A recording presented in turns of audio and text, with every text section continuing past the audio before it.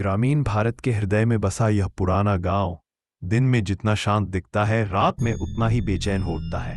मिट्टी के घर, सूनी गलियां, हवा में तैरती धूल, सब कुछ सामान्य लगता है। पर अमावस्या की रात कोई साधारण रात नहीं मानी जाती। गांव के ठीक बीचों बीच है एक पुराना सूखा कुआं। लोग उसे सन्नाटा कुआं कहते हैं कई दशक पहले इसी कुएं के पास एक लड़की कुसुम रहस्यमयी तरीके से गायब हुई थी।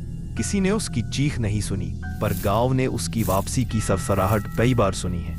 जब भी अमावस्या नजदीक आती है, हवा का रुख अचानक बदल जाता है। पेड़ों की पत्तियां बिना वजह कांपने लगती हैं और हर बार एक अजीब सी ठंड गांव के दरवाजों के नीचे से सरककर लोगों की हड्डियों तक उतर आती है।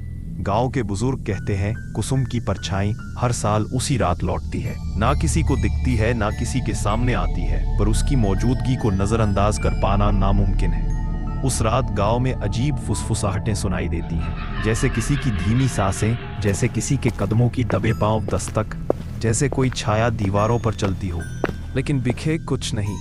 एक बार गांव के दो नौजवान मोहन और दीपक ने हिम्मत दिखाकर सन्नाटा कुएं के पास जाने की कोशिश की। कहते हैं जैसे ही वे पास पहुंचे, हवा बिल्कुल रुक गई। किसी अदृश्य चीज ने उनकी गर्दन के पास से ठंडी सांस छोड़ी और कुएं की गहराई से एक धीमी कांपती हुई आवाज उठी, मुझे वापस ले चलो। उसके बाद उन दोनों ने कभी खुद उस रात का जिक्र नहीं किया, पर उनकी आंखें बता देती थीं कि उन्होंने कुछ ऐसा देखा जिसे शब्दों में कहना मुमकिन नहीं। गांव वाले आज भी मानते हैं कुछ कहानियां दफन नहीं होती, कुछ रिश्ते खत्म नहीं होते, और कुछ आत्माएं इतनी गहरी तन्हाई लेकर जाती हैं कि सालों बाद भी लौटकर उसी जगह आ खड़ी होती हैं जहां उनकी जिंदगी अधूरी छूट गई थी। क्योंकि इस गांव में अमावस्या सिर्फ अंधेरा नहीं लाती, वह एक ऐसी परछाई को जगाती है जो कभी गई ही नहीं।